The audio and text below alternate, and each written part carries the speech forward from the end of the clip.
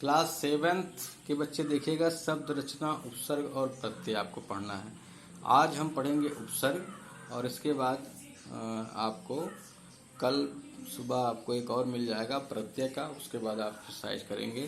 तो ये देख लीजिए, उपसर्ग में आज आपको करना क्या है। उपसर्ग क्या होता है? किसी भी शब्द में उसके आगे एक शब्द या शब्दांश को जोड़ दिया जाता है, जिससे उन शब्द का अर्थ चेंज हो जाता है और नए शब्द का रूप बन जाता है। ऐसे को उपसर्ग कहते हैं।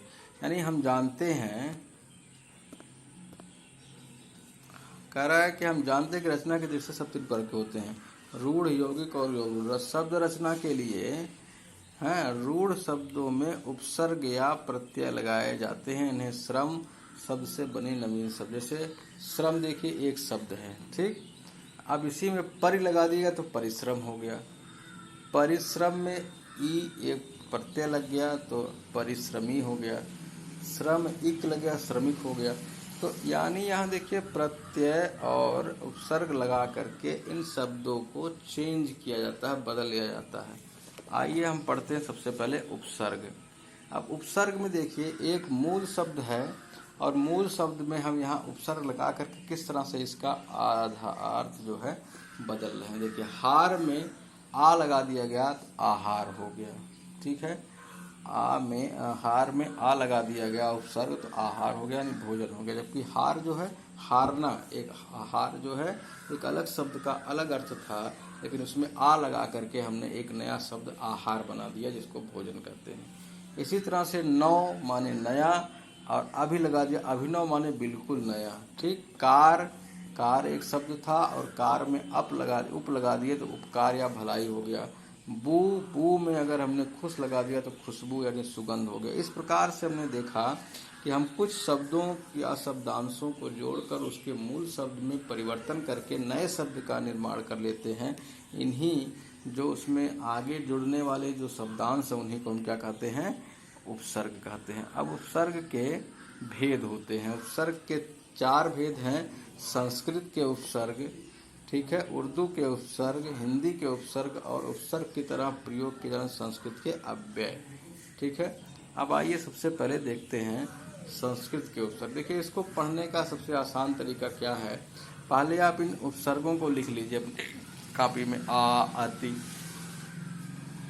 अन, अधि, अनु, अप, अभि, अव, आ, उत, उप, दुर, निर, परा, परि, ठीक है, प्रा, प्रति। और बी, श, शम, सु, श्वा। ये सारे शब्द आप शब्दांश जो इसको लिख लीजिए और लिखने के बाद इसके अर्थ भी आप एक बार पढ़ लीजिए कि इसका अर्थ क्या है, निगेटिव सेंस में है या क्या है, इसका अर्थ भी आप पढ़ लेंगे। जैसे अन्न का नहीं या अभाव से शब्द होता है, अप का हीन या बुरा, ठीक।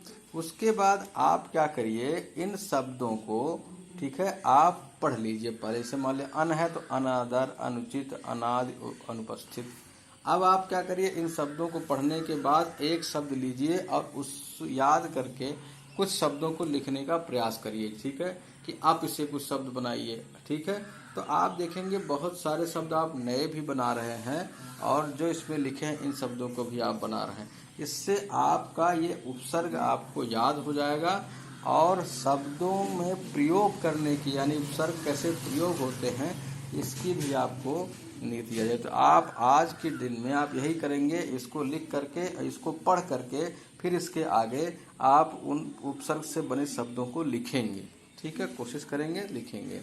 इसी तरह से हिंदी के उपसर्ग देखिए, अध, अन, उन, आओ, नी, भर, सा, इन सबको लिख लेंगे, फिर इसका अर्थ पढ़ लेंगे और उसके बाद इसको खूब पढ़ेंगे। अध से अध जला, अध पका, अध खिला, अध पका, अध मरा, ऐसे करेंगे। फिर अपने आप इन शब्दों को लिखने की कोशिश भी करेंगे और नए शब्द भी अगर बनते हैं तो उनको ही बनाने की कोशिश करेंगे, ठीक। ये भी आपका हिंदी का उपसर्ग है। इसी तरीके से हिंदी का देखिए, यहाँ भी कुछ उपसर्ग है, आ, उ, कु। इसी तरह से उर्दू के उपसर्ग देखिए, दर, कम, खुश, बा, गैर, ना, हर, बद, बे, ला, हम, सर, ये सब है। ये भी बहुत ज़्यादा उपयोग में आते हैं। जैसे कि दर है, देखिए दरअसल, दरमियान, दरकिनार, दरकार, ठीक है। गैर है, देखिए गैर हाजिर, गैर सरकारी, गैर कानूनी, गैर सियासी। ये सब यूज करते हैं, हम लोग प्रयोग करते हैं, इसलिए इनको भी आप खूब बढ़िया से अभ्यास करेंगे तो आपको अपने आप सारे उपसर्ग अपने आप रटा जाएंगे। जब आप खाली को पढ़िए, बार बार पढ़ करके इन शब्दों को यहाँ लिख लीजिए और एक कॉपी में, फिर आगे छोड़ दीजिए पेज, फिर उनको खूब पढ़ लीजिए। पढ़ करके इनसे आप शब्द बनाते हुए चलिए तो आपको अपने आप जो है उपसर्ग आ जाएगा। उपसर्ग किस तरह से प्रयोग, उपसर्ग की तरह प्रयोग किए जाने वाले संस्कृत के अव्यय हैं। हालांकि ये बहुत ज़्यादा पूछा नहीं जाता, फिर भी आप इसको जरूर आप पढ़ लीजिए। अदह, अतः, अलम, अवीर, क्योंकि इसमें कभी कभी विच्छेद करने के लिए कहता है कि आप सबको शब्द दे देगा और कहेगा इसको अलग करिए। जैसे स्वदेश, तो स्व और देश अलग अलग करके आपको लिखना पड़ेगा। ठीक है, इस तरह से आप इसको करेंगे। और उसके बाद इसमें अभ्यास चूँकि अभी आपको नहीं है, प्रत्यय के बाद अभ्यास मिलेगा, लेकिन आज को हमने जो बताया कि आप इसको लिखेंगे और फिर इस पर आधारित इन सबको पढ़ करके इसको आप लिखने का प्रयास करेंगे। यही काम आज करेंगे आप।